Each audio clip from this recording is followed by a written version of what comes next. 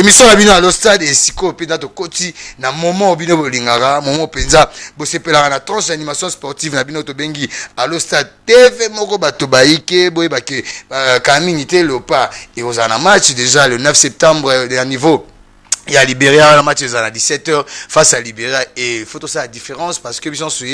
équipe na biso ya Léopard oyo et Kamba mina ibenge to beta quelques matchs amicaux to beta na Nigeria to beta na Tanzanie to mona ibi batungulu les gars autour équipe ils sont sur qui Léopard c'est vrai ils ont on to le ba penza et le penza beaucoup plus il y a mboka donc ndenge programme ça si tout va bien sauf imprévu déjà ba joueur mingi ba quitter là. À partir à Libéria, puisque Ibenge, alors c'est déjà à partir à Côte d'Ivoire, quelques joueurs ont déjà avec club, ont déjà, et Bane qui va aux Araming, Mina Léopard, donc Bangala, Wadol, Munganga, au moins 5 joueurs, oh, et Bane, sauf imprévu, à moins que coach a changé quelqu'un, Bangoma, Bango déjà parti à Côte d'Ivoire, Wana, Baromi côté là. Déjà, sur suite tout va bien, côté à Libéria, Tobi Banda, ça, la regroupement qu'on a, ou bien, Barozon à un niveau, il y a Kin pour ça là, départ, mais dans la salle, il faut retenir que les joueurs mingi déjà à partir à Libanda Baoleka déjà à côté kuna pona ko préparer match wana au toujours appelé ça à cadre de la deuxième journée na au Italie éliminatoire il y a Cannes ils ont un niveau il y a Cameroun où ils ont 2019 et toujours appelé toujours on a déjà dans les réseaux sociaux moi ba liste oh ibengena misi liste na mon côté hein ibenge liste na mo sûrement lobby de tout le monde en ligne à travers bandeko ya Fédération congolaise il y a football à travers direction communication il y a donc direction il y a communication il y a fédération congolaise il y a football oyo déjà bakoluka ba pesa biso ba liste mais déjà ibengena nous a pesa liste na été ya ngona biso en tant que Balinga Masano, vraiment à prévenir car qui est joueur déjà championnat ils ont betama donc toza même moral gana bango donc des tolobi toza penza to côté des esprits il y a Léopard déjà oyo to dingi vraiment et bah c'est la biso différence semaine oyo et plutôt bah c'est la différence na match oya puisque souci et puis soutien na biso mingi ils pas Léopard wana oyo biso na bino to yebika ki il faut ba luka na wana bomona luindama panite Gino Kabananga ope ils ont bien zonga déjà niveau stana nzamba stana vraiment tous les jogo et baza déjà sensibilisé plus c'est lettre ils ont qui déjà Chancel Mbemba dommage azana choc donc ba joueur déjà il y a ba Léopard baza mobilisé déjà de loin puisque ceux qui coach a sali la liste prêt ba on bande qui na niveau qui mais ndето ba liste probable nde ezotambola tambola ba internet mais ça vraiment na yango te oyo ibenga pesi précision bakati mutu d'entre eux bien lobby nanya aux analystes il y a 26 topé il y a 30 oyo ibenga rocha oyo ko proposer pour na match après c'est un match très capital mbote na bino balandi ya couleur télévision merci mingi na patience amour paix confiance pour message repère ça chaque dimanche en tant qu'animation sportive au benga à lo stade TV moro bato baike sala mninga signe informé tindela texto aningala chaque dimanche yebisa déjà que mon pandi sango de patcher azawana déjà on masana mboko toujours même moral non pension Bob 6 de Panama de Paris ya osamba kuna mutezate ndenge kaka chaque dimanche ensemble na biso ezalaka na meni kitoko otobombeli bino tozala masolo ebele ya robete ya bino dimanche na biso lelo donc tobeta masolo ya judo dimanche passé to annoncer bino que judo déjà premier open ya Chango et zalaki déjà et to annoncer bino ndenge sukaki bana babimaki ba champion à niveau ya Chango car na le stade d'Amsal Lopé tobeta masolo à l'Isped avec maître Alain Makengo escapi bison suebi ba organiser un tournoi il y a ba avocat to pia baro donc tirage au sort et salama ibozwa ba précision na ba date ndenge et se dérouler na édition oyo kaka na le stade d'Amsal lelo soirée goal ils ont un niveau à Lubumbashi dimanche passé Toambaki Jean-Luc Capende l'un des initiateurs il y a soirée Golo ils ont à Lubumbashi déjà le 30 oyo na niveau il y a Katanga tozala wana ndenge kaka torobeta masolo na le stade d'Abissa lelo ba dirigeant il y a différents clubs il y a notamment il y a Linafoot ba kutanaki na commission il y a gestion Linafoot ba meka un peu ko solo la toyeba koyeba nini sukaki wana puisque ba dirigeant bazo exiger moi masolo belé et entrer na saison ndenge utaki kosila na lo na stade na biso lelo tobeta masolo. Il y a ma compétition africaine, tu es so équipe à l'ASV Club, Moutou Moukwa, autrement dit, Nzombo le soir, dans le moment où on a bino, Azan avion, déjà, Bazo Kende. Direction, Abidjan, Escal Bakuta, Ana Sek Mimosa, et Trozo, attendant souper à revivre, rencontre à dimanche, dimanche passé, tout le monde a doublé, et plutôt début à 0, avec Bajoli Bia, Jamak Makusu, Poinité, il y a Ngoma, Trozo, attend au Talango, Ndengega, Izarabo, mais ce n'est plus, un match amical, face à équipe ya Maniema Union l'ASV Club Moutou Kwabou représentant. Il y a RDC na niveau ya compétition à CAF déjà mercredi et puis mardi hein, équipe ya Mazembe déjà aussi sa championnat topé 6e journée na niveau Lubumbashi face il y a équipe à Maroc na cadre kaka. Il y a Champions League à le stade TV Moro Batebele to bete bien masula directement to Pembe déjà banai ba entraînement ça fait déjà 2 jours hein, et puis nouveau coach au hasard Andrea Auti Italie na 2 joueurs et des plutôt coach sous assistant donc Moraza physique et puis Moraza technique hein, et coach Otisingo Mao bazo tuna a commis directeur sportif toko na bozindo pona oyeba ba jogo nini bazoya na kati ya derenka boto ya Pembe na losa na biso lelo to beta pe masolo à la renaissance du Congo biso so yebi bia wa nguvu sana bia nguvu mais match ko bien joba toto yote ya Congo renaissance et déjà avec mukuna bazo senga société et bandi déjà avec ba part ninge ba kaboli déjà ndenge ba bazi ba part mais l'entraînement PISO s'est déroulé sauf imprévu à l'élopé match moko eza ya renaissance na cadre ya oyeba déjà moi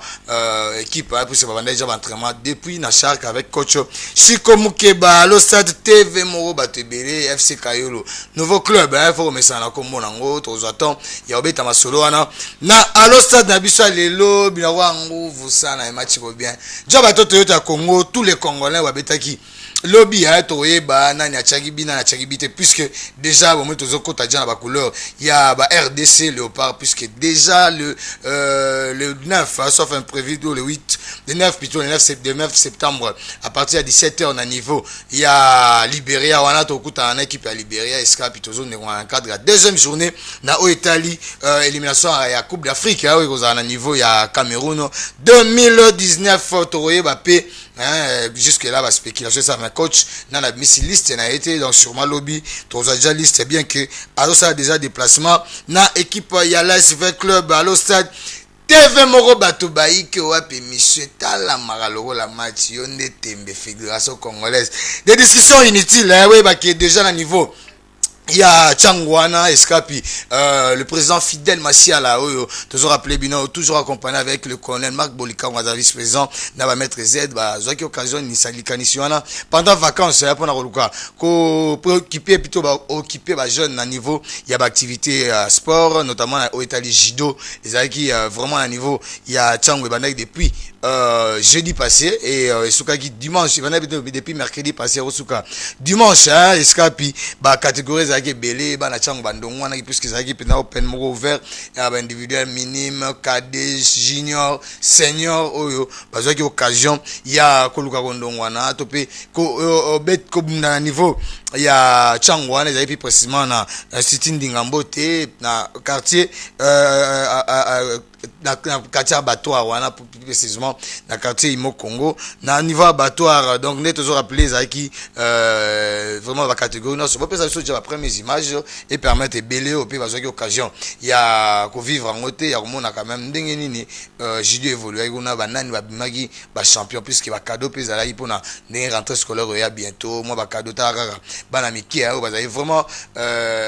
kondongwana na Italie Jido na niveau Chango et ça a vraiment plaisir na tous les bana Chango tous les amoureux il y a judo hein puisque dans les différentes catégories déjà to déjà plutôt tozana champion oyo déjà na ndinga première édition et édition ezala vraiment belé et to retenir kaka ki babimi champion à moins de 84 Mukebaji hein Mukebaji JC il est champion na moins de 81 kilos et puis Academia na moins de 90 kilos donc on a toujours appelé Academia na moins de 90 kilos qui Rachidi, JC Rachidi, on a toujours appelé, mon Anjili, dans moins de 66 kilos, Mwakailou, Mwakailou, on peut toujours appeler, il y a Jido Club Njili PKK, Abimaki, dans moins de 50 kilos, il y a Chimbalanga, Jido Club Shimo, plutôt. Shimokyo, Jido Club Shimokyo, dans moins de 60 kilos, il y a Koyanga, on a côté Banabasi, Azaraki, il y a Jido Club LKT, et puis Yemo Maître Goji, la vice-président, chargeur technique, et Azaraki, on a toujours à niveau institut, Ndingambote, Poinité va mettre Z, sans oublier Yemo, le président Fidel Massial, donc toujours appelé le championnat, il y a moins de 81 kilos, Azaraki, Mukeba, il y a Jido Club Academia, on a toujours appelé, et puis on a le colonel Marc Bolikan, on a le président Fidel Massial, vraiment qui est actif pour Naroulouka, qui encadre les jeunes pendant les vacances, qui a vraiment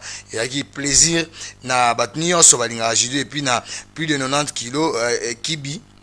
Rachidi, il y a la Jido Club Njili, et puis Abmaki champion, on a moins de 66, Mwakailou, toujours appelé Jido Club Njili, et puis moins de 50 kilos, Chimbalanga, la Jido Club Shimokyo, et puis moins de 60 kilos, Koyanga, Wana Mwasi, dans le Judo Club LKT, et vraiment de te rappeler, ils arrivent vraiment, il y a bien, ils arrivent, donc tout le monde est Jido na base, la qualité, vraiment la proximité, ou les ala, car on est tout à la Martine, tout à la Nimé, tout à la Guy, tout à la vraiment Jido, qu'on a la Tchango, et tout là dans le extrait avant que tout le monde ait la remise des alaki, et puis ça peut bilinguer, c'est ça. Tous les judokas, vous avez vraiment belé de partout, on est pour vendre de la TV Moro, va te belé, mettre 13 mois, pour être mettre cheval, mettre Django, va mettre Niku Kambakson, sans oublier, va mettre jambe, mettre Doudien 90, et au Samba on a monté à Titolanda. Bon, tous on est tombé à le stade. Zabange Zabaka, Kangeme Zabave, tout la dikoulou, tala, ya iki à le stade. Kutu, bah.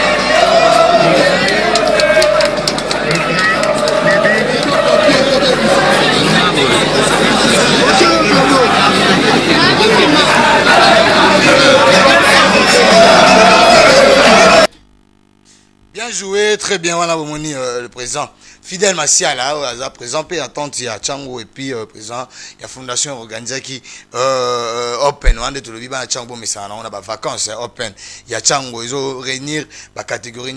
minime, cadet, donc tout à l'heure, Jido, et Neilengi, pendant la base, on est ils ont vraiment trop singa, pour être partenaire, sponsor, et binopé, député provincial, provinciaux plutôt, députés nationaux, vraiment, titizaka ba judoka ba cadre bino et topé koyeba te à venir à ba jeune aboy pendant les vacances bazaka ba distraction ya ba kuluna ya banini point to soutenir ba initiative ya boye pendant les vacances. La première édition ya open chango na biki ba initiateur ba retenir compte qu'ils ont penza forme sous ces 100 points même ba bourgmestre ya ba commune wana chango ko kabina ko chango espace amnene pour engouement wana et créer akaizala bien pour ces escamo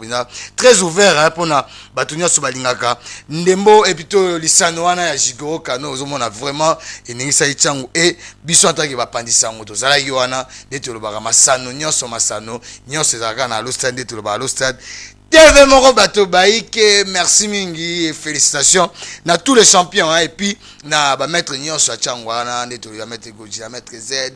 Yemoro le président fidèle, colonel Marc, tout le monde obi vraiment tous à la uni et total la deuxième édition ndengo koleka ndeto lobaka lo stade bato baiki wabinde to pesa bino menu hein to pesa bino que respect de kama mina maître ale makengo ba organizera chaque année bison so yebi tournoi erinsara baro bandiko baro notamment ba avocat ba magistrat et lobby ezaki na cadre na grande salle à grande distance ezaki na cadre ya Oluka ko ça tirage au sort hein puis ko bongisa déjà ndenge ni milulu angwe ko zala ndenge ni championnat ko beta ma poule et puis ko yeba déjà ce qui na édition de makanisi nini et puis objectif et aux années par rapport il y a message au lispect dans le corps passé à travers président na eto zotan il y a Holanda maître Ale Makengo aza initiateur à lispect et puis président lango bongo tokozo nganeto bien lo stade tara monsieur bandine siko ko komelengi zabange zabaka kanange meza bave tout la dikulu tala ya ekia lo stade kutu ba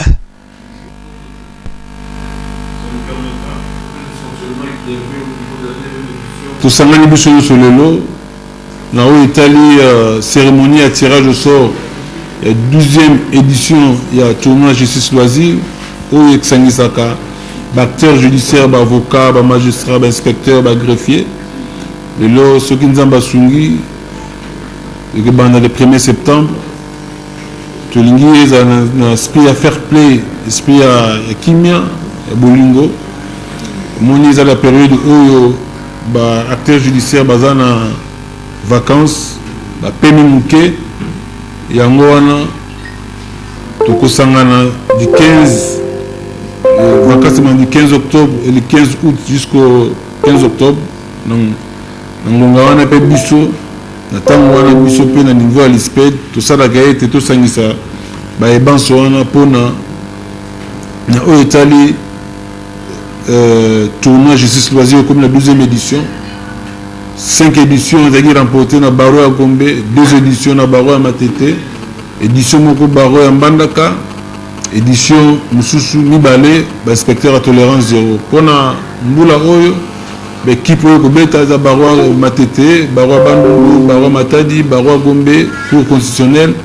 parquet général après la cour constitutionnelle pe greffier à paix de la cause tosengi ete ezala na kimi ndenge tolobi tosengi mpe na ministre ya sport oyo azali mpe avocat alobela biso epai ya premier ministre komi mokanda soki bakoki kozwa patronage premier ministre akozwa patronage ya masolo ya 12e édition moni bandeko na biso bauti bandundu bauti ya Congo central toza mpe na baro kabosanaki baro ya Lubumbashi mpe babaki bakoparticipe na yango wana tosengi na ministre ya sport oyo tokomelaki mpe mokanda ye akende kolobela biso mpe premier ministre apatrone tournoi oyo yango mpe tosengi ye na nzela oyo apermettre biso tobeta ouverture ya championnat na biso eza le 1er septembre tobeta yango na stade de Martyr tosengi kaka na baéquipe oyo nyonso bakobeta mbula oyo tozala na esprit ya justice loisir babendi biso matoi na oyo etali baédition mosusu ezalaki na tungulu bapied noir bazalaki mingi tobenga bamercenaire tozalaki kuna greffier en chef tamba apesi biso batoli ya bimbalo bango bazongi mais vuma to respecte ozali avocat ya kobeta ozali magistrat ya kobeta ozali inspecteur ya kobeta ozali greffier ozali na cour constitutionnelle koyela biso bajoueur ya quartier te oyo moni bapecho bakimisa batata mbango wana bango mona bastade bakokaka te okozwa bango bakokimisa bamagicien na baavocat bambangu mingi wana toboyango bajo mosusu bakotia so balox atie balox mona avocat aza kobeta bale na magistrat azobeta bale na amoni moto aza na lox abimi oyo nani nyonso wana epesaka tension eza malamu te na yango wana tosengi ke eleka na ndenge ya malamu yango wana oyo etali disped dans un premier temps avant tosala tirage au sort tokopesa na équipe moko na moko ballon moko bakoka déjà kosala ta basala déjà baentraînement mais bakosala mwa ballon moko avant que tozwa misusu ekauta bipai na bipai. Appel de la cause dans l'équipe de greffier et la cour constitutionnelle. Dans le pool B, nous avons le barreau de Matete, l'équipe des cinquantenaires, le barreau de Matadi, l'Est Balance, le barreau de la Gombe, ainsi que le parquet général près la cour constitutionnelle. À ce titre, donc pour le premier match qui aura lieu le 1er septembre, le premier match va opposer le barreau de Kinshasa Matete contre le barreau du cinquantenaire, donc le barreau de Matadi.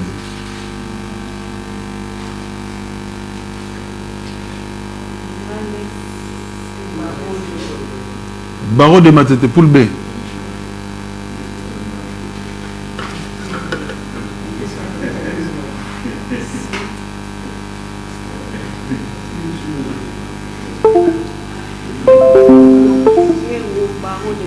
Barreau de Bandoudu, poule A.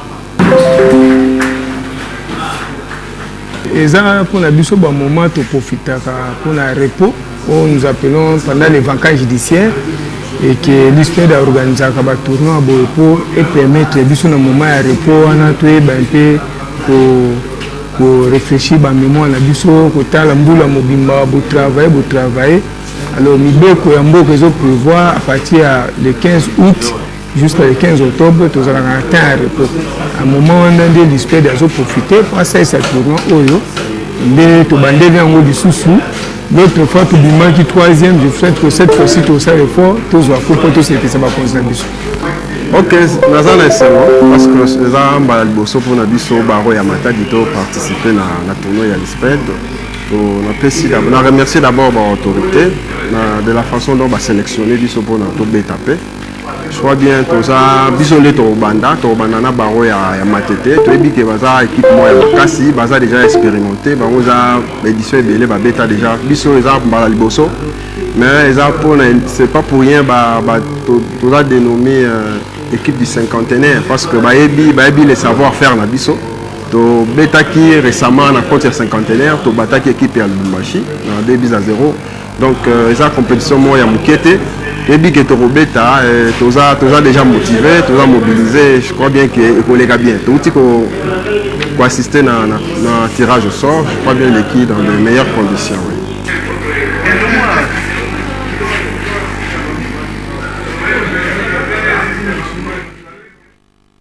Merci, bien joué na ba image wana ebiki. Et c'est pas ici à Belé oyo ba mesana olinga. Vraiment tournoi wana na ebiki tous les maîtres de modernité les bâtonniers Coco Kayudi, pointé ba maître Junior Niembo, ba maître Fabrice sans oublier maître Innocent Kibundulu, tous les avocats vraiment zara. Et ba maître Herman Bidonion sont vraiment et Tobosani pété. Tous les bandingo à baron de Tobito a toujours même moral avec bandingo sur Balingaka tournoi wana et ça a vraiment vrai bientôt assisté bandiko. Il y a l'USPED avec maître Ale Makengo, merci mingi na ba image ndenge ka toluti ko longwa ndenge to ebisa bino na bandele émission na biso na 4 émission na biso par rapport kaka na masolo Italie soirée goal oyo ezalaka chaque année na niveau il y a Lubumbashi et actuellement le 30 et aux ala 6e édition et puis et toujours rappelé bino bandeko ya Malaika avec initiative ya Jean-Luc Apen oyo azape moko ba pandisango na niveau ya Lubumbashi ba primaka ndento ba meilleur ya championnat provincial donc c'est-à-dire ba onyo sobe dans le flou donc ba joueur nyonso ya équipe wana ba meilleur na bango ba prima ba mpona ko motiver davantage football national vous mona le DG Papi Séoul oyo vraiment azape numéro 1 na o Italie soirée golo na tozo attend ya mona ndeni ne se déroulera o 5e édition, ils ont un niveau Kaka Lubumbashi et cette fois-ci 6e édition ils ont un Lubumbashi Kaka de Torozalawana pour Naruka Koye Bandenge déroulement et aussi la tour Banani Baroleka Banani Barobima par rapport Kaka ya soirée golo deux à Hollanda reportage Joana résumé là-bas collaborateur Nabiso ya Malaika TV à Lubumbashi Bongo Torozong Ande Tulobi à le stade TV moko bato baiki wapi monsieur tala maralo la match Congo Zimbabwe ezate tolanda bon tozo ngale to bien au stade TV moko bato beli. L'émotion est toujours grandissante. Nous imaginons que cela ne doit pas vous étonner. En effet, si la première édition Goal Annuel Show était une nouvelle expérience, donc un essai,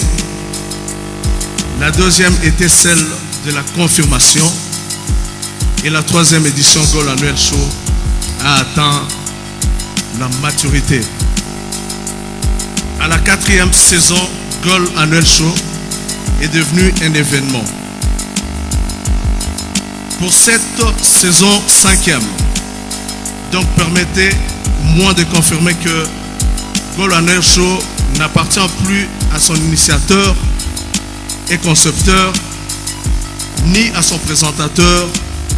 mais à tout le monde. Goal Annuel Show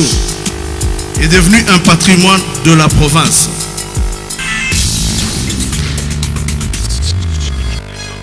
Le Flou a couronné ses champions première division, 12e, 3e ainsi que quelques journalistes pour avoir été à ses côtés pendant tout le championnat. Le momentum individuel de cette soirée va marquer un tournant important de cette 5e édition de Goal Annuel Show. Pour cette saison, Jean-Jacques Ndala a été plébiscité meilleur arbitre et l'international fierté de la province qui revient au devant de la scène.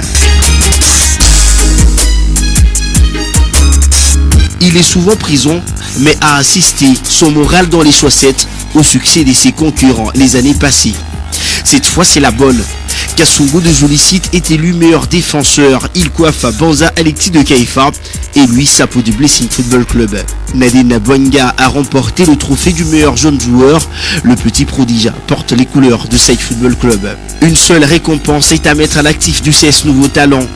Son gardien Lobeya a dégommé Mazel de Kaifa et mondé un palais du Blessing Football Club et fait sauter de joie tout un club. EcoFoot Katumbi lui était en mode collection de titres, comme si c'était des perles. Tout d'abord, son crack Idriss Kisha se la pète comme à Vegas. Il est élu meilleur milieu de terrain et meilleur joueur du Goal Annuel Show 2017. Pour EcoFoot, ce n'est pas fini. Son parcours Veni Vidi Vici, je suis venu, j'ai vu, j'ai vaincu, a lui aussi tapé dans l'œil. Si la Barclays Première League avait Leicester, nous, on a EcoFoot Katumbi. Meilleure équipe et équipe révélation tenue par un homme, malgré un chemin parsemé d'obstacles, il a su amener l'équipe au pinacle. EcoFoot a gagné le Flou en étant promu, le championnat provincial également. Jean-Paul Kakoko a reçu le trophée du meilleur dirigeant.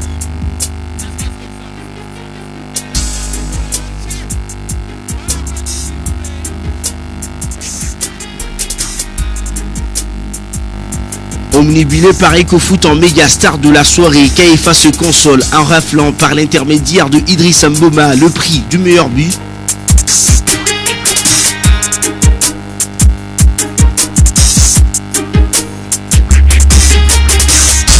Avec 19 réalisations, Mbaki et The Bio s'installe confortablement dans son fauteuil du meilleur buteur. Kaifa c'est aussi le bon élève de l'entente urbaine de football de Lubumbashi. C'est le club fair play de la saison.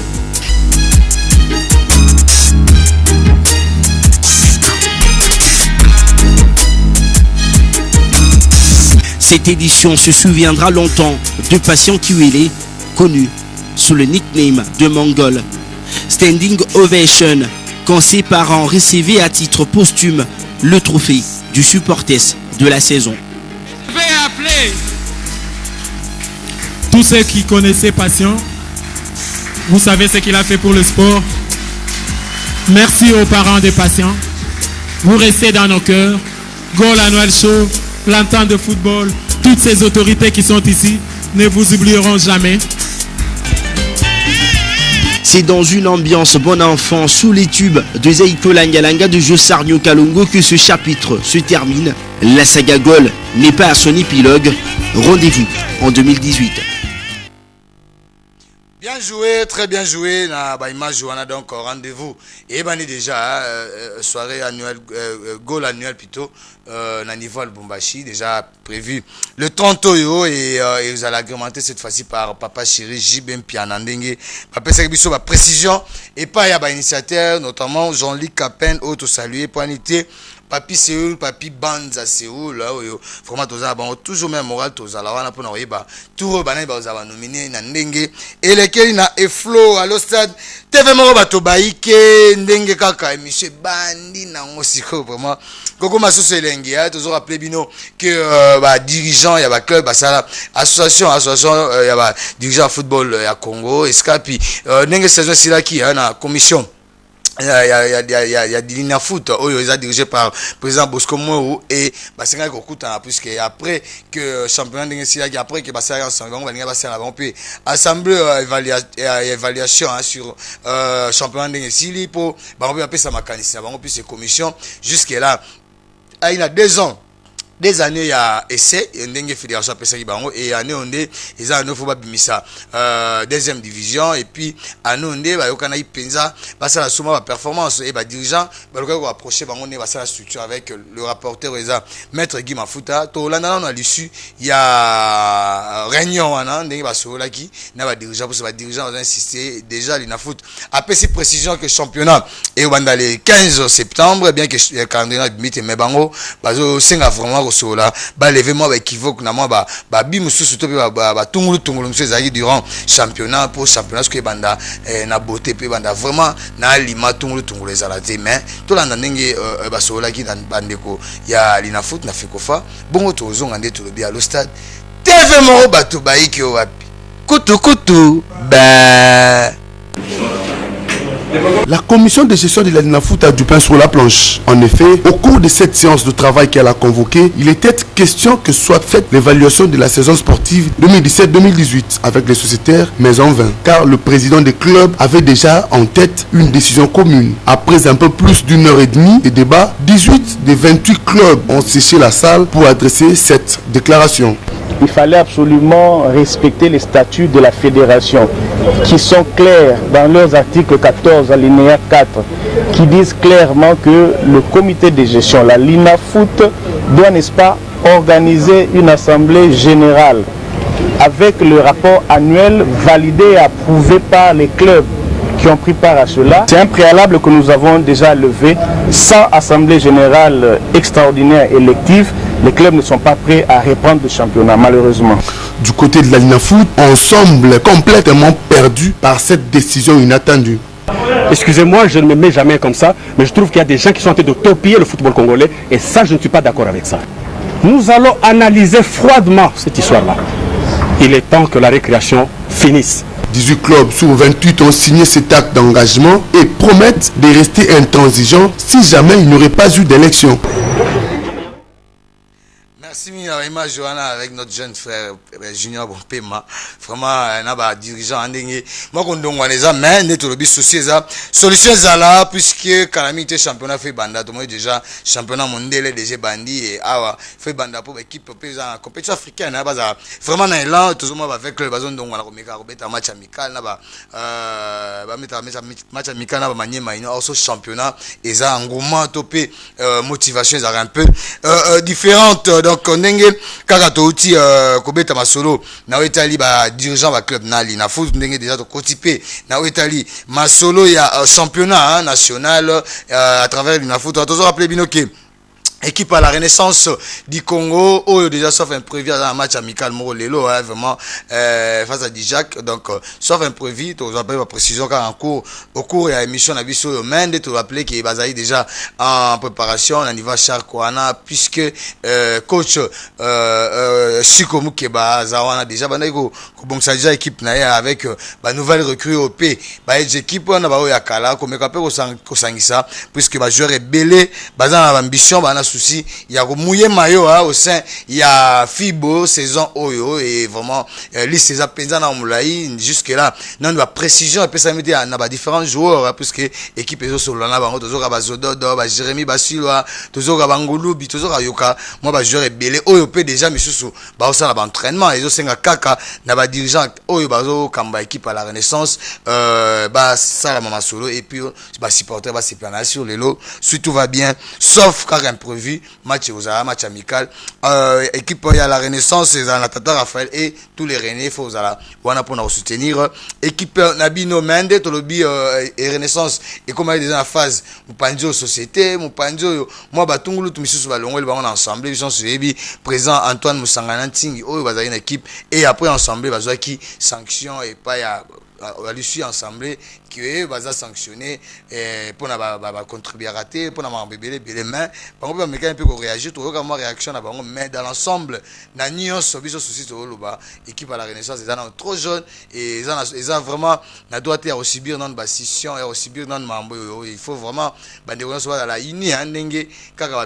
bandaki ndenge kaka bango bazaki koloba ndenge bango bazako soutenir équipe na bango bazala penza ini et vous allez vrai bien pour na avenir équipe pour na ba René Nyonso surtout hein balinga penza équipe na ba Orange ba Joseph Tamboué ba Colonel Andrada ba Mbao hein c'est le Mbao souci hein papa na Christiana Mbao souci ça vraiment équipe et ça penza soudé hein ndenge kaka maître Gaspidi tout pour la unité l'empereur John Baleka o azana souci à unité wana empereur John Baleka c'est vraiment unité za la poso unité zate il est vraiment azatambola na unité na aliment empereur John Baleka un grand René avec fiston Baleka tous les René ba Kiki Kitenge ba DB CB Doudou tout le monde a na souci à unité puis c'est saison ndenge ko banda bien que souci za l'entreprise souci za la boye mais souci za que unité za la puisque ndembo et senga rapinda les sangeza les sangate kokabona puisque équipe toujours rappelé n'a pas encore et comme on n'a même pas 6 ans même pas plus de 10 ans donc il faut unité za la pour que liboso tala et là na image des équipes à la Renaissance et puis ça alors et tout le bar ndundu kompala hein si comme keba actuellement azan équipe à la Renaissance mais tolanda ndenge d'autres dirigeants au baza pelezé ndenge bazo nga amorcer procédure bongo tozonga ndé to lobi à le stade TV mo batebele. Renaissance est régie par un statut. Donc dans les jours qui viennent nous allons prendre une décision draconienne. Je ne peux pas quand même la divulguer ici. Et dès lundi, je verrai le ministre Papi Nyango, je verrai aussi le président de la FECOFA et je verrai maintenant tous les dirigeants sportifs. Trop, c'est trop. Là maintenant, je crois bien que c'est la justice sportive qui va nous départager. Renaissance aujourd'hui n'a pas un comité. Vous savez que Renaissance est dirigée aujourd'hui par, c'est pas 2 ou 3 personnes seulement. Sur les 11, les autres ont fui. Donc tout le monde est mauvais dans Renaissance. Il a chassé tout le monde. Bon, maintenant, il veut aller jusqu'à chasser le fondateur de l'équipe. Et vous trouvez ça normal? Le monde est donc pris à témoin quant à l'aboutissement de ces conflits actuellement très visibles et qui prend une mauvaise allure au sein du team vert, blanc et orange de la capitale.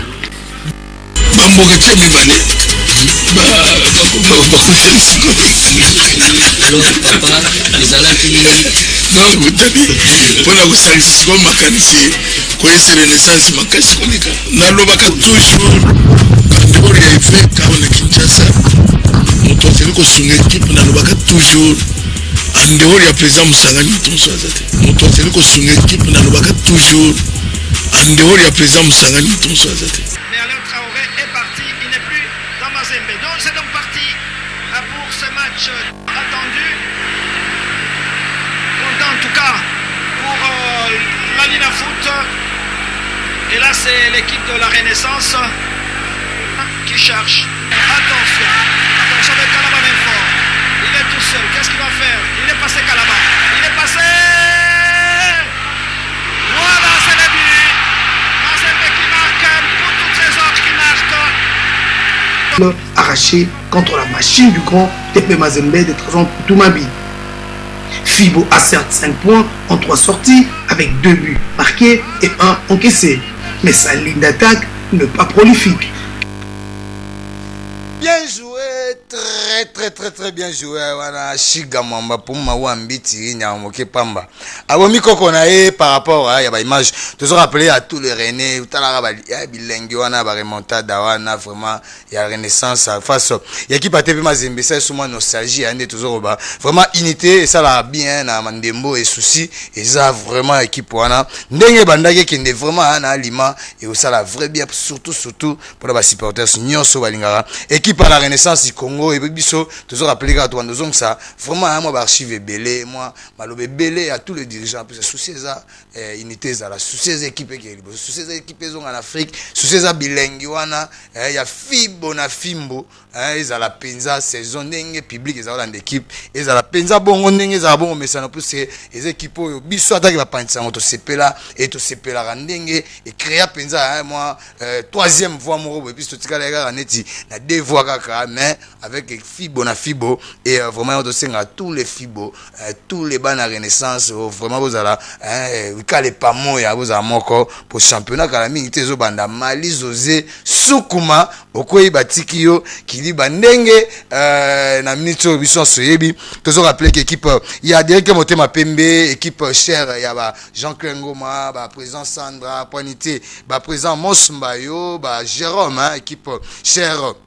Il y a Batouana Nyos toujours rappelé Bino actuellement et ils ont s'est préparé na niveau il y a centre pour Arapova au Bisson Souyebi il y a Fekofa ils ont EDP moi bah équipe est déjà arrivé à la coach hein na sursi a proposé sur ma image il y a coach Andrea actuellement ça italien aussi à niveau italien et na 3 adjoints et moi quoi ça physique moi quoi ça technique actuellement coach Otis Ngoma obligé suivi à saison obimba une équipe directement Pembe actuellement directeur sportif il y a équipe on a Dering et toujours rappeler que actuellement équipe ils s'est préparée et va arriver ils a déjà ils ont annoncé belé notamment Morrison obligé suivi qui Ghana on a Zagi na niveau là c'est vrai qu'on a besoin de Andrea coach Andrea il y a équipe il y a directement Pembe oyo toujours signifier que aza vraiment la palmarès à Kitoko hein, en Italie ndembo na niveau il y a Europe hein, puisque aza parvenu na maramba mais peut-être le bosso coach équipe na niveau Afrique on a besoin na nouveau jogo yo déjà na niveau des ring et azo kanga groupe déjà avec temps rejoindre pour une semaine par un groupe à 26 des besoin là vraiment il batunya sobena yami ba on a esengo ndenge kaka souci ça perfection souci ça équipe et ça là résultat qui toko avec le nouveau coach il y a Derek Monté ma Pembe coach Andrea Oyo toujours appelé Aza italien et à un staff il y a 3 coachs, 2 déjà sur place et Tikali notamment coach à la gardien OP. Aroya déjà bientôt et n'est toujours appelé coach Andrea Oyo Penza tous les Deringmen, tous les Imaniens, c'est un thème avec dirigeant Imana, c'est vraiment moyen pour Agostinelli, Andrea Agostinelli, toujours appelé nouvel entraîneur, vraiment Imanien Nyoso Simanaye, à soutenir pour ça là vraiment équipe à Kitoko, na joueur Nyoso déjà, Morrison, Aza déjà presque na capitale pour négocier na Imana et puis joueur belé Renaissance, na belé Otozoyo Kana Misusu wa Kombo Ebanité dans tous les banadora bozala vraiment fixé par rapport à l'équipe Nabino Otozo rappelé que vraiment des mundela yé est-ce que vraiment bandeko va charger ba supporters pour se faire sensibiliser à ba supporters pour ebi ba tungulu dans la stade mundela va toyer faut boyer bisaye déjà que koto yo ezala sorti tungulu public réalisera ndeni parce que to boyezala yaki abandaki si lobi mona ki to ebité tiki équipe ba nani ba bloko to somo nyango mwa mingi na ndembo na biso ya to zo benda kaka matoi na ba dirigeant ya Imana et surtout ba supporters. Donc ton coach est italien, comportement italien, donc c'est-à-dire que donc faut respecter soit naie pour yende mutu mbongo zo bimatara oti italien yeboye ba 3 donc bon réseau de belé pour na coach donc c'est un peu motivation davantage ba jogo pe a bien bas en équipe puisque disons ce système championnat tout les Mali José Soukuma ko batiki yo puisque coach Andrea Foye ba yokuta na ba ibenge coaché ba Shikomu ke ba yokuta na penza na ba coach belé ba futila oyo vraiment ba ndongo na ninga ya championnat local. Donc vraiment vous êtes de bienvenue na kati ndembo ya Congo mais baraka vraiment ndembo ya Congo to senga penza na tous les imaniens baza penza mobiliser puisque to boyi coach banda et simanonga sepela to babamba ki loko boy o babwa ki aluka kende za vraiment vrai bien té d'autant boponi coach donc ça dit comportement na ya supporters na ya ba dirigeant na ya ba jogo fait concorder et na comportement coach ndenge ka ezala rande to le baralo stade TV moko bato baike wapi na sur pour maou ambiti Rishiga Mamba a proposer une image. Là, il y a direct que monter ma PMB et permettre ceux qui après dans niveau régie et permettre quelques imaniens ba l'équipe na bango notamment ba commissaire Fataki a boya kolia lilala sans oublier ba Jean-Claude Ngoma ba maître Herman bino nyonso to pe ba maître nyonso ba linga plutôt équipe ya directeur monter à PMB. Donc boy baké nouveau coach déjà aza na ba mur to pas aza nda kwa dering. Merci mingi Shika Mambando ça biso signe sur ba imaniens ba comprendre même message et bah entraînement de toujours rappeler. Donc sauf un privé on continuera kuna na niveau il y avait un centre pour approuver le temps bakanga groupe le temps comme ça préparer proprement dit championnat maintenant. Mais championnat déjà ils ont s'annoncer dans 2 ou 3 semaines ndenge bande ko alina foot bazo bongisa ngo neto longwe na Itali équipe ya directement motema pembe toujours rappeler bana ve ya nyoso bana ya mbongo topé bino atu boya penza tous les écrivains balela benanzombo ya baboya rolia losona pondu baza vraiment d'être terminé cette fois-ci avec équipe nabango là c'est le club mutu mukwabu autrement dit nzombo le soir yo bison soyebe ezara toujours coaché et présidé par coaché plutôt par Ibenge coach Ibenge puis présidé par Yemoko le général Ami Sidi Tango Fort accompagné de colonel Tshisekedi oyo déjà équipe toujours appelé avec délégation il y a 37 personnes baza déjà likolo un avion, on a mis tous les véhicules, bien tous les bancs avaient équipe déjà destination pour la mission et aussi ça 3 points à niveau. Il y a Côte d'Ivoire, Rwanda, avec merci image Andro vraiment fraîchement de l'aéroport au moins on avait à tout. Il y a déjà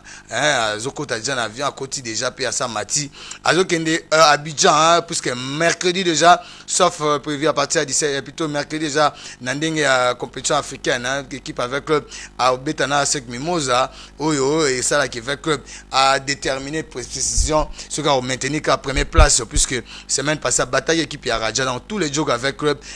délégation déjà et il y a joueur oyo Jupepo d'atongo lelo. Donc on a sur Chigande Gazo permettre bisonde toujours on appelle à Babilili toujours rappeler que au moins 18 joueurs au faire partie. Il y a délégation on a déjà Kotaki et puis Bakei et Bisso en tant que pas on toujours souhaiter bonne chance na équipe à l'ASV club oyo Bisso Suebi azo représenter valablement équipe plutôt Mboka na Bisso ndenge to ba na bino ke soki soki vraiment comme Marambo ya Coupe d'Afrique c'est comme vraiment Marambo il y a ko Beta Masolo africaine, il faut vraiment toujours même moral équipe Nabiso notamment avec club pour unité équipe il y a TP Mazembe donc de bozomo na bana vea nyonso ndenge se diriger déjà na niveau ya Abidjan pour na koluka kondongwa na équipe Obison Suebi adversaire na et la équipe il y a Asek Mimosa oyo a vraiment la position bien vraiment dans la position pensa bien donc délégation banave toujours appelé Bineza 37 personnes maintenant au Italie ba joueur baza 18 tozana na Yukong tozana Hervé Lomboto tozana Bafola Dido tozana Juma Chabani autrement dit Wadolo tozana Luzolo Sita Ernest tozana Ngoma Zinga Glody tozana Bangala Litombo Yannick tozana Makwekwe Kupa Redi Kalonji Darles et puis tozana Munganga autrement dit Nelson Omombalo tobenga ngulu habituellement et tozana Ngonda Luamba Fabrice et tozana Moloko Dikapé dit Jésus Makusu Mundele Jean tozana Ngudikama Emmanuel autrement dit Kila et tozana Muzungu Lokombe Shadrach Ujana autrement dit tozana Ngoyemomo Edi R10 tozana Mani Banga tozana Mukoko Batezadio et puis délégation de 35 personnes aux hommes kaka ba msusu ba beta ba l'été mais aux hommes quand même la délégation pour accompagner équipe donc vraiment pour sunga équipe vraiment Andro na ba image aux hommes toute la délégation, il y a 37 personnes bangonde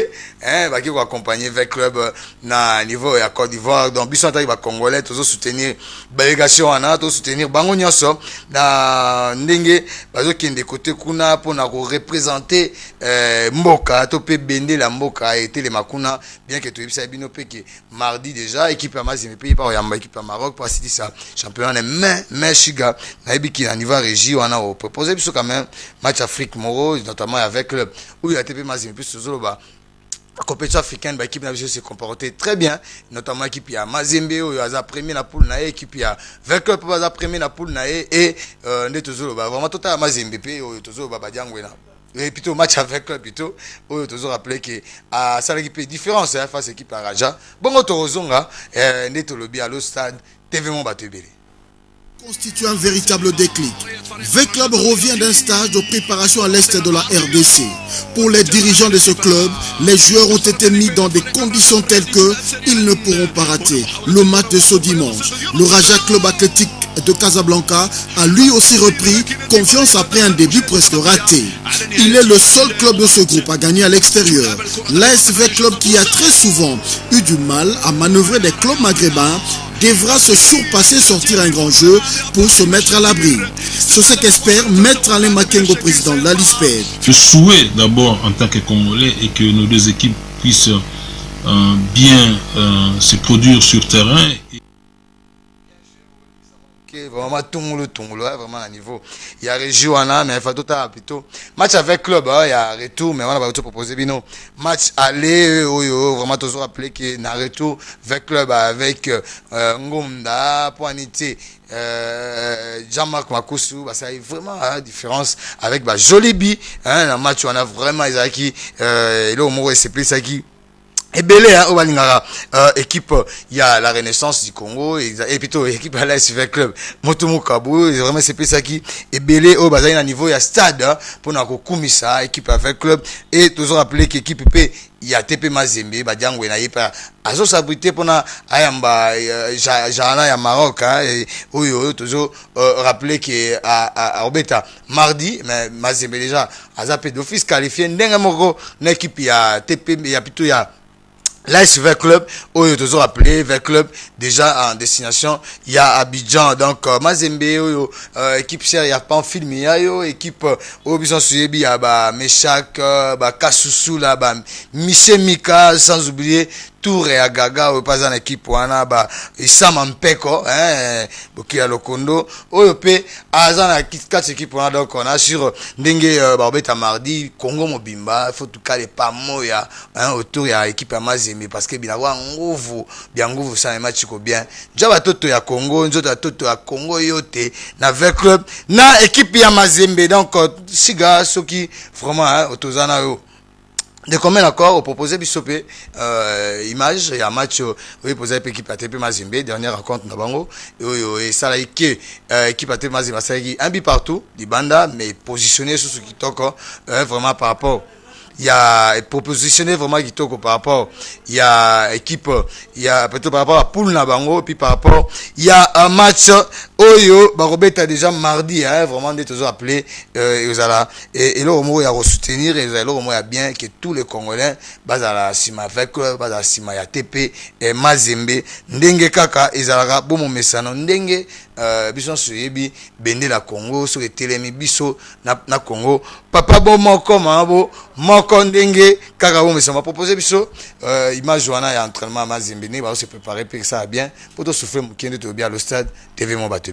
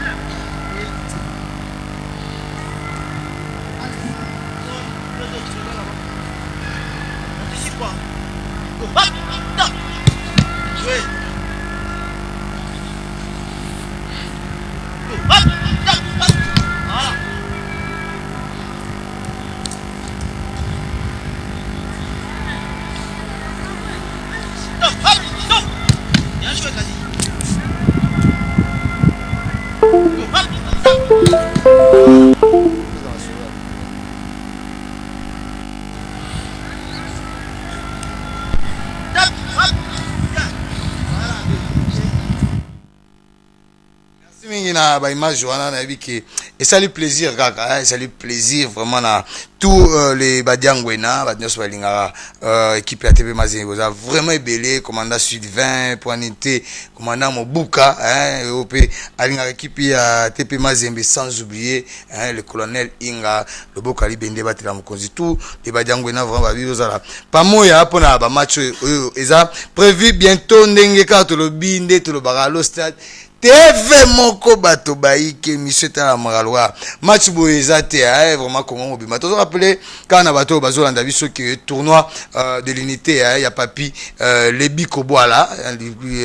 plutôt l'unité ya Makala donc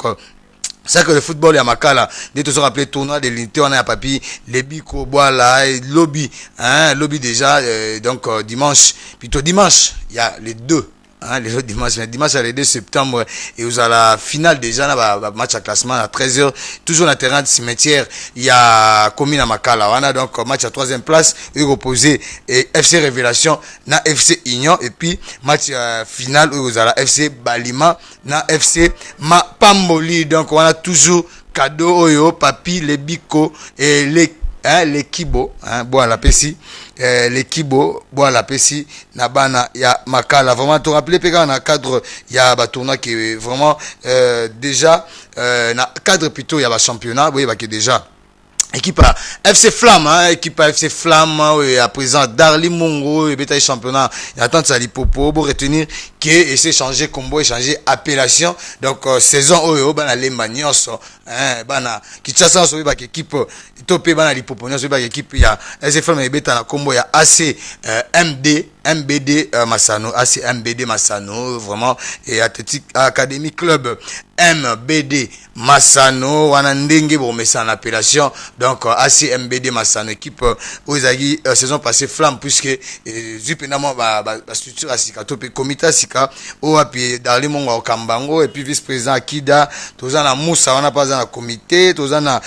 do Ngoko hein do Ngoko tozana Perla Mungu tozana maître Ilafa pointé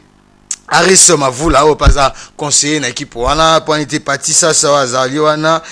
die Bompechi et sans oublier Soule Sunda Oyo vraiment toujours rappelé baza déjà comité salami wana et ça qui a luché ensemble n'attend ça lipopo wana d'abord mais ça na AC MBD Masano AC MBD Masano wana na niveau il attend ça lipopo 3e division et pour profiter pour toper ça bah bon anniversaire, na maman Marie-Josée Ilonga, maman chère, il y a présent. Darli Mungu et ma condoléance na Djogo Zamel Chamo, hein, défenseur, il y a équipe wana, il y a ACMBD, Massanadon, to messenger à Komunango, Nenge Zamel Chamo, a perdu maman Netoza, wana, to Ashisa qui est vraiment, et les cas qui na lima, Nenge, Soué, na Bissé Zalaki, Nenge pe, to le baraka, le stade. TV moko bato baiki vraiment ndenge to lakaki bino pe na bandeli il y a émission na biso alelo que to obeta masolo et moi muke il y a nouveau club et bimi na entente il y a Kilimani escapi et kambami to pe initiateur nango eza moko pe ya balinga masano fallait tous en aime tous en moko communicateur na bango oyo aza plateau na biso to souhaiter déjà bon dimanche hein déco bon dimanche vraiment belé ba na biso vraiment de tout lobby tout bêtement ma solo mukie na o etali équipe il y a équipe plutôt il y a FC Carolo bon dimanche rendez-vous bon dimanche mo pandi sango li patie oui combo na belé ba yebi te biso to yebi déjà gelo ba yebi gelo muntu bandiko ba yebi ba yebi mingi na dora ka ndingi zala oui ba yebi mingi na dora mais lelo bimeli biso a mention spéciale pour na équipe FC Carolo Isa sangoni wana penza yeli biso isa équipe ya ballet ya basket ya bana basi na sur pas bon que ça sauver ba image bon moni tokolo ba tout d'abord isa initiative moya malamu parce que webi équipe na biso nyoso tozalaka pas biso so sangana dans club motima pe puis pas to botamela isa équipe o beta championnat mingi sans pour autant ezala soutenir na ba club moro pe lokola yo ba pépinière moni voilà pourquoi et je sais que c'est mingi l'équipe le FC Carolo et Botama surtout équipe à football équipe isa na première division na attente ya Kilimani Oyo et quelques imanes to limite au tia yango wana ezala wana pour que les lopelo bibano yo ba servir équipe na biso ndenge mo pekaka moni FC les Aiglons et Botama ya conseiller Jérôme et Oyo ezala les lopé na kobete Pefkin si tout va bien. Donc, il y a des bisous, il y a des équipes qui ont se des bisous peut-être dans les jours à venir pour épauler dans un club motima pembe. Voilà pourquoi. Dans un petit des rings, donc couleur, vert, blanc, rouge. Normalement, aux hommes donc rouge, blanc, vert, blazer, na kati pour qui donc to y a to une équipe na bisou na ba jour à venir. Avec les besoins avec les bezali, ana babana na ba dauphin, le rôle ba manier ma union. Oh, ya souffrir pour nous jouer comme pour servir dans le roi pépinière. Pourquoi pas dans un club motima pembe l'opé ça ni loko wana. Ya mon FC Carolo yé donc équipe ba imani na so ba ligne na bango et bande ko na so ba ligne yango ya to senga vraiment na ba imani na bande ko nyonso ba supporters nyonso ya équipe nyonso tout équipe au maboko et qui ndeliboso et za malamu mingi ba mo na musala na ona mikoliza iko ya. Oui, bah moi ça non on a mikolo zali ko ya mais tout monde ba bilonga batu donc c'est-à-dire ça tant aux ba imani donc c'est-à-dire ça quand même ba tête oyo ba initiative oyo donc c'est-à-dire bien que bauti mana mais ça quand même na batu oyo tokolo ba ki baza quand même ba numéro 1 to ba président il y a équipe oyo bengi FC Carolo. Oui, quand lobby bien que bauti mana parce que tout ça comme ça na imana. Donc tout ça bena ba dora ya makila ya kati imana c'est notre équipe to linga ngo to zana ngo to kozana ngo titi to kota mabele o ezaka rwanda to lobi ba pépinière l'équipe moto préparant na ba AJC pour que et soutenir ningo lobi wana équipe oza dirigée par président Doudou Inkele au paza imania de sang yaza na kati wana ticho idambito o monia na za wara ndito lobaka autorité morale ya équipe donc aza wana ka tamsu pona wa moyen ndenge ko salima ndenge ko sunga mais strictement Mbezali bureau Mbezali et coach Londa mutaza wana pona ko diriger équipe ou expérience ya coach Londa ou les capé na motema pembe donc ils ont vraiment la bureau ya makasi et ça va bien le oui ça va bien mais alors l'autre le bisanta il va pandisson tout monde ba coach Londa tout monde ba Chicho Idambito tout monde ba coach on a ba joko msusu c'est-à-dire junior et Koufi pour demander déjà Chicho Idambi tu as démissionné na junior il faut te rappeler après que saison après assemblée Chicho Idambi doit démissionner parce que président junior a mis en équipe championne a démissionné mais le tout monde junior et puis tout le monde FC Kayolo na ba coach Londa na ba quelques tout ba na junior pour pandi junior te on pense au moins le va comprendre rater et là on est sur la mine tout le monde on va coach nyonso tout le monde on a Zidane a PC équipe coupe a tique équipe et ça normal ça vous avez éternalité il faut pas ambitieux ça la monte nyonso na vie à visara hein moi papa ce que escalier zo mata ou le étape mo mati et président Chicho Azakina junior et Saliki et junior a béti championnat na mbala ya Yambo junior a monté ma pembe azwa coupe hein na championnat a betaki junior a monté ma pembe azwa coupe. La personne a moni bien jugé bon que bon on a pu se dire coupe na longo junior monté ma pembe koufité junior monté ma pembe zali et ça na ba joueur nango et ça na président ou et non na président Obaché actuellement on va remplacer président Chicho et ça na coach na pesi mbote coach Gladys Bukese pour imta comme na junior actuellement na junior Imana au diriger Imana donc bureau izali vraiment junior et ça nango mais oh ezaka équipe bon to moins pour idée ça que tomata na première division mon question dans équipe netera les Aigles en Pefkin FC Kayolo na première division junior monté ma pembe na junior au moni que nyonso ils en ya Imana ils en strict ya Imana donc il dérangeait na ngo DSMP ne logoté au moni que le lobby to servir man yo kasi bano so le lobby na ba mati to ba mati ballon boy et que pour ces qui a servi Imana nana okamte mana na oboya wana moi que faut ça ndoki parce que biso so cycle vicieux na mseza Imana derrière que monté ma pembe dans équipe to zalara na ngo to zalara na lobby ti to kufa na ngo donc o ezara be équipe ko ya ko polé na ba jour à venir. Oui, en le bien équipe repolée na ba jour à venir par rapport kaka ya Ndembo par rapport à Masano na biso dans toutes occasions il y a Hollanda et ben vraiment tellement extrait chiga donc ça pendant extrait entraînement wana et puis on a interview il y a autorité morale équipe wana FC Kayolo bon tozonga pour auto conclure nande ko na biso gelo on est bien au stade TV moko bato baiki wapi mission elengi boye ta malwa match ta mission bandi kaka siko susu ko melangi bisi masola obeta izana nebele to lande bon tozonga neto bagalo stade le kanga vamosi vumuka vamosi kutu kutu be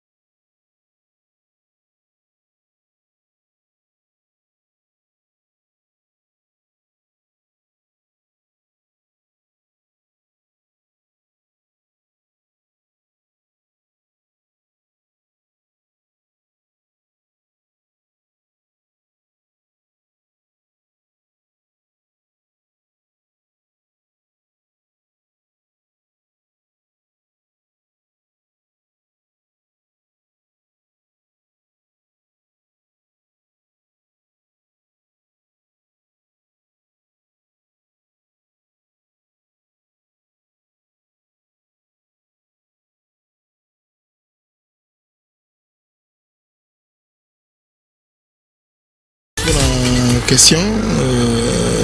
nous sommes là na confrère na ambition ezali omoni tozongi mwa nsima potango bakolo oyo balakisaki biso makambo oyo baprésident Charles Tambwe bapapa Mukamba bave tala balakisaki biso makambo oyo tant tozwi ya stade bawasimba biso na maboko notamment papa na ngai Dambito azalaki parmi ya président club bakumba biso na maboko totala match mais est toujours à lever des rideaux Wanzo abeti hostile boina bo mwana muke petit mais lelo oyo ambiance wana ezala soutien l'autre se beta match awa oika match moko ambiance sili yango biso tolingaki kozongisa ambiance wana ke boya lever des rideaux moni kuna vite azokomisa équipe boye dingo azokomisa équipe de tendance boye yango tolingi tozongisa moi image wana yango tosengaki na autorité morale le président Beminaku autorisation parce que ça notamment le fondateur Papa Mukamba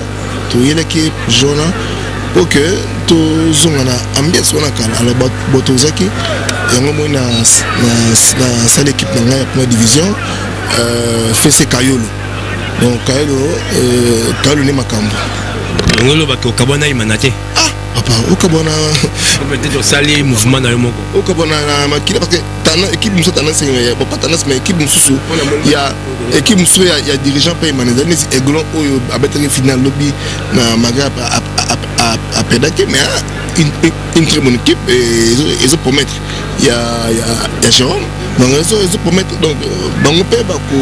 ba chance notamment na passé kitenge na Hassan na ba imane nyonso ba bezo chance na équipe ya FC Kayolo.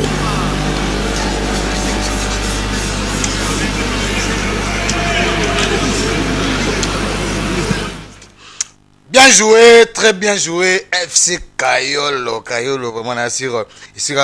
batno so linga équipe et to balinga dering to balinga. Bah, initiateur, il y a équipe on a sur aux attentes Rolanda, bah match on a un niveau. Il y a entente, il y a Kilimani, hein? Il y a Kilimani. Oui, une entente à Kilimani, on a vraiment comme on a Kayolo. Ah, vraiment, hein? Vraiment Kayolo l'action. Kayolo yandi, bon on a ballon quand ils a boule wana. Donc Kayolo ils a quand ndimbo. Le fait ndimbo kakade. Kayolo yandi. Oui, moi titre le mobimba nanzong. Mobimba nanzong Kayolo yandi. Parce qu'on est dans mon équipe on va jouer tout, par hasard engagé dans l'équipe définitive tout. Bozo ça non recrutement. Bon, recrutement ça, tout ça j'ai une équipe pour ça moins probable et puis tous autres joueurs comme ndenge zalara. Moi aux joueurs ba jeune tala ko pesa chance na ba jeune ba outi bipai na bipai ba na ba ballon na bona makolo. Ba yé to collègue équipe pas aller. Donc d'ici là, tout qui n'a besoin bien internement na courir en pauvre kuna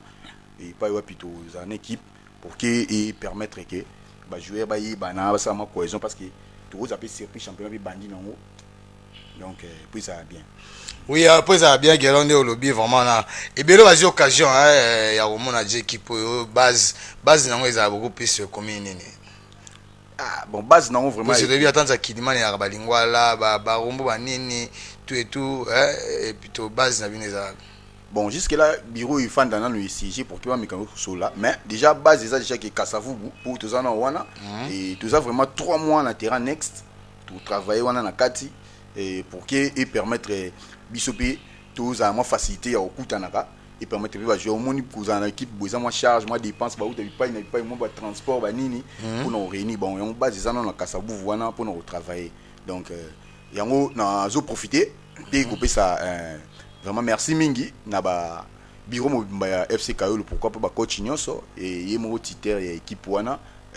Chicho Idambito l'homme de Kayolo neto bengaka et puis merci mingi pe na ba dirigeant nyonso dans le moté mapimbe ou pe bandimi yango na mitema na bango mobimba pour ko banana na yemoko hein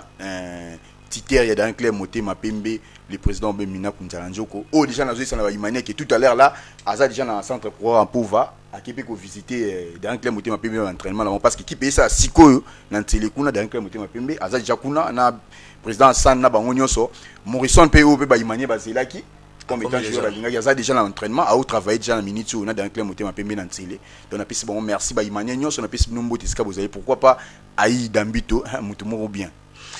joué ndenge lobby wana Gelor vraiment communicateur il y a équipe on a FC Kayolo ndenge kaka se présenter ndenge d'autres za na pour na dimanche na bisalelo vraiment na psir et ça le plaisir na tous les balinga masano na biki Shagi Katanya sikozana président Sandra pour anité te rappeler Aïda Mbito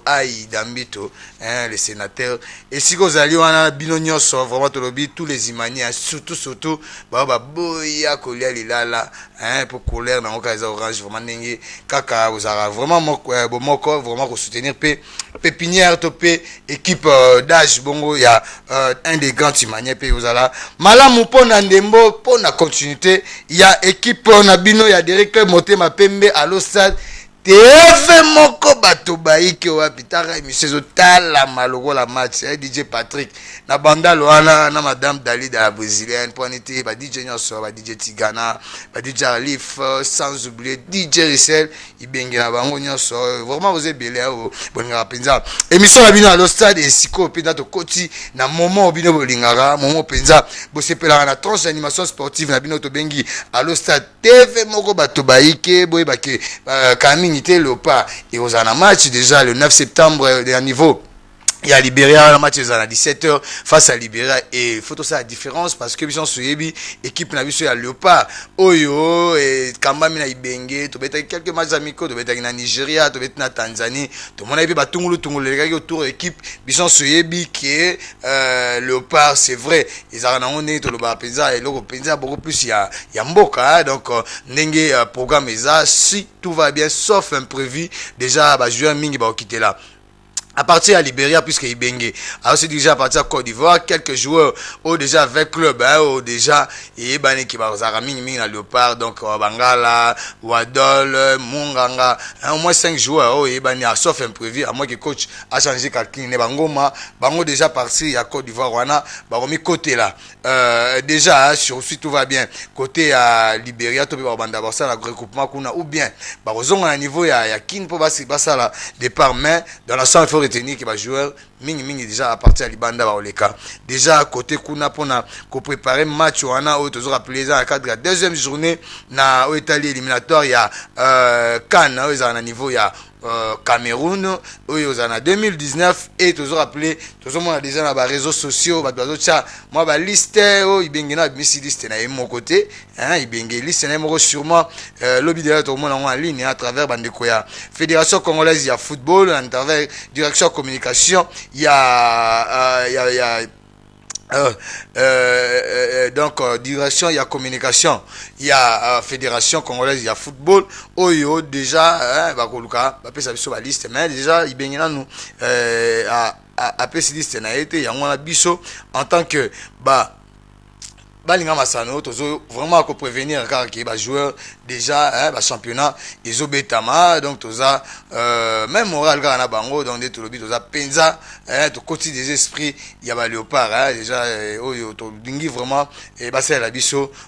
différence semaine oyo et plutôt c'est la différence na match oya puisque souci et puis soutien na biso mingi ils pas Léopard wana oyo biso na bino to yebika ki il faut ba luka na wana bomona loindama panité Gino Kabananga ope ils ont bien zonga déjà niveau Astana Nzamba Astana vraiment tous les jogo et baza déjà sensibilisé plus c'est ba lettre ils ont qui déjà Chancel Mbemba dommage azana choc donc ba joueur déjà il y a ba Léopard baza mobilisé déjà de loin puisque ceux qui coach a sali la liste prêt ba on bande qui à niveau qui mais ndeto ba liste probable nde ezotambola tambola ba internet mais ça vraiment nan yango te oyo ibenga pesi précision bakati mutu d'entre eux bien lobby nanya aux analystes il y a 26 topé il y a 30 oyo ibenga rota oyo ko proposer pour un match après c'est un match très capital boyebi que torata ba mondial torata yi penza ba chan et canopé tozana biteur za Junior Kabananga la dernière can na niveau Gabon il faut tout ça l'effort to lukato za la penza na can oyo ils sont vraiment très important puisque quand nous vraiment en capital plus c'est la première journée to beta équipe à Brazza na ba éliminatoire to gagner équipe à Brazza par 3 buts à 1 donc et au Senga que to beta peso équipe à Libéria puis tout ça pour le Maroc une équipe à Zimbabwe donc il faut tout ça parmi deux premiers na compétition puisque ça la biso vrai bien on a na ndenga deuxième journée déjà le 9 septembre donc surtout calculer bien donc dans moins de 2 semaines donc tout ça là à niveau il y a Libéria na poto mouye mayo donc Libéria où il y a équipe cher il y a le président George Weah donc bazo tchaba moyen pour na balle mais biso neto bi attaque ba patriotes tout ça là vraiment si ma équipe na biso na ba pro na biso nyonso na coach Florent Ibenge na ba moyen nyonso l'état ocha pour na équipe motivation na nyonso ko ça là penza bien pour tous se retrouver à niveau il y a Libéria avec match Moro Kitoko tout se retrouver à niveau Libéria avec différence il y a Rocha match à bien Rocha pena ba bi puisque bien sûr yebi et to bonga mara photo bonga na match banditara ni to rajayi mondial na ba kidiba na biso Moro donc c'est-à-dire surtout ça qui dit baso ce tour to ozanga même ko participer na CAN or CAN bien sûr yebi donc to sali moi tant to zanga ngote il faut to zala en tant que ba congolais il faut participer puisque actuellement na ndinga calendrier FIFA to troisième après Tunisie, Sénégal, RDC a été mis na podium na Italie classement FIFA donc na ndenge Afrique donc biso en tant que balinga masano surtout ba supporter il y a Léopard ba premier patriote de na benga bino ba mapinga ekolo donc bato bandima ko sopa makina mo pa ekolo c'est-à-dire ba soda ekolo na ba différents camps nyonso camp ba diadi camp Bumba camp Kokolo camp Lufungula to bosa été capitaine Mike na Kachachwana to bosa été colonel Andrada colonel Inga Papi Inga Loboka libende batela mokozi to za la vraiment sima ya Léopard ba patriote donc il y a un moment déjà to côté na rythme il y a RDC to côté déjà na rythme il y a préparé Ndembo il y a préparé Matchwana Oyo toujours ba déjà liste et Kobimalobi donc sauf imprévu mais to bi déjà ba habitué au ba message déjà rozala et puis biso to senga pe mingi na coach Florent Ibenge fatala ndenge championnat zo beta même ba loko fota loko joueur local nini oyo a récupérer par rapport il y a un match des obéta surtout ba joueur na Coupe d'Afrique puisque bison suivi qui est championnat et là la Gipenza pour na ba équipe union sommet et na Italie championnat mondial autozonga pe mikolo faut tala ba titulaire centimètres à la soute na ndenge ya recrutement na fait présélection to pe la sélection sentiment eza les sous-souté pour son mitam ce joueur na mesana roya ba zoya kaka tam sous pas obéta te tam sous pas titulaire te pour biso de temps il y a Rolandela ba jogo moko penza nanya betaki nanya betaki te nana zali na terrain te et vous allez vrai bien sûr tout ça cette fois-ci Keba to landeli penza nanya beta na beta te pour intérêt kaka ya mboka na biso pour intérêt ya mayo ya mboka pour intérêt ya bendele ya mboka ekende vraiment liboso na bité chika mo proposer na balandi na bi ki baze belé proposer na balandi na biso image ya quelques images ya Léopard pe sa biso bilengi wana avant que to kota na royeba nani abetaki na abetaki te be ba ke luinda machaki lobi to zatan olandango mais to la non mais ça Léopard pe ça va déjà bilengi ya o baza tuna match ya Léopard ezala to ezala na Libéria et aux le 9 septembre à partir il y a 17h sauf un prévu ndenge kaka ezali prévu na calendrier ya CAF na cadre ya éliminatoire ya CAF et ndenge l'équipe pendezo se prépare ezo bongama déjà ba liste ezo bima ya biso sûrement lobi to ozonga tolanda bongo to ozonga et puis ça biso subilengi tara biso na Congo papa pour moi papa moya tout papa moko mama moko kutu ben Christian, quand une équipe gagne on oublie ses erreurs. Certes, les Taïfas ont commis aussi beaucoup de déchets techniques, mais on ne va pas se souvenir de ces déchets. On va plutôt se souvenir de cette victoire. 2 buts pour l'instant à 0 en faveur de Tanzanie avec Zaya Yahaya qui va faire son entrée. Au lieu place de Simon Nsouva finalement qui sort. Il aura donné beaucoup de peine à la défense de la RDC. Cet attaquant d'Edifa Hassan El Jadidi, la frappe. Jolie frappe de Niskens Kebano et qui voit son ballon fuir le cadre. Un but aurait fait du bien aux hommes de Florent Ibenge qui vont logiquement s'incliner ici au National Stadium de Dar es Salaam sur cette note. Ah, Christian, on dirait qu'elle est salée 2-0. Battre la RDC 2-0, il faut les faire. Et la Tanzanie, elle est parvenue à l'instant. L'arbitre siffle la fin de cette Tanzanie, République démocratique du Congo. 2-0. De Mbwana Ali Samata, le capitaine qui salue l'arbitre à la 75e minute, quasiment 11 minutes plus tard, c'est Shiza Kishuya qui a coursé l'addition pour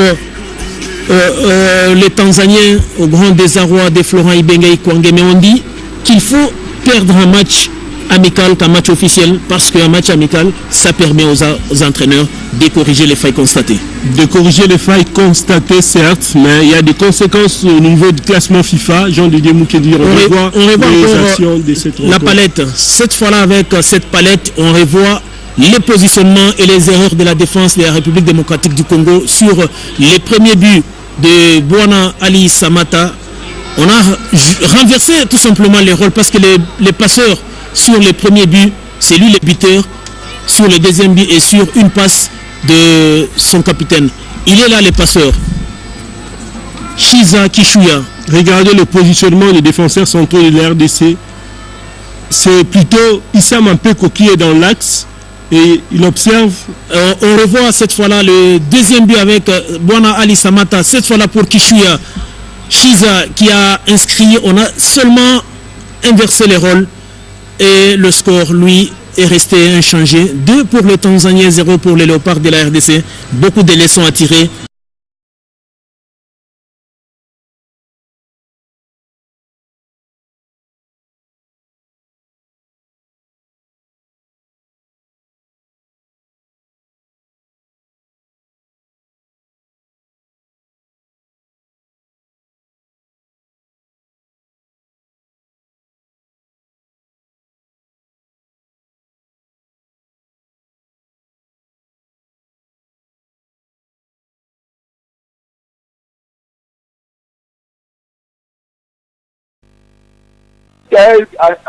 Je oza na Kinshasa imana oyo azoloba wana ibita na championnat nini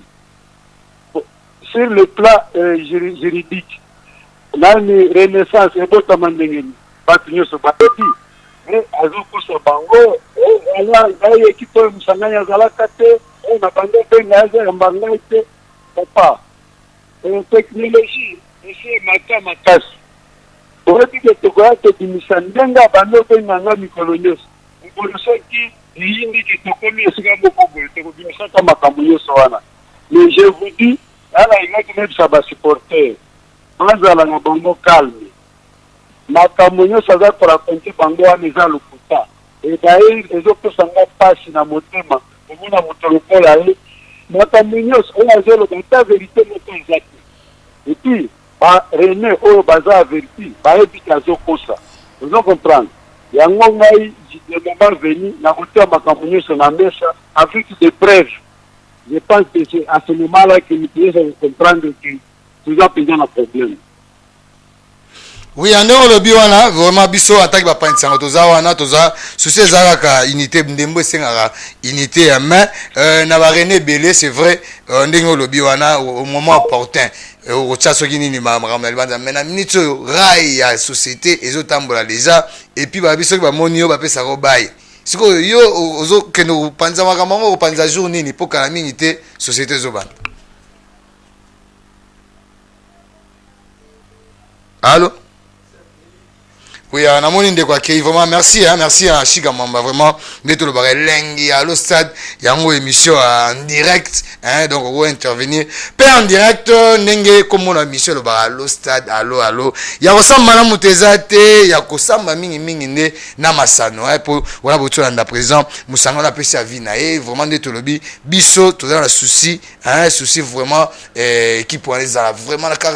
na gaz ezali na ngo on a toujours liboso et que ça là veut bien et que c'est ça tous les balinga masano tous les bateaux oyo balingaka ndembo na belé balandi biso na belé beaucoup biso vraiment la katikati ya émission boye ba kitobeti masole belé na etali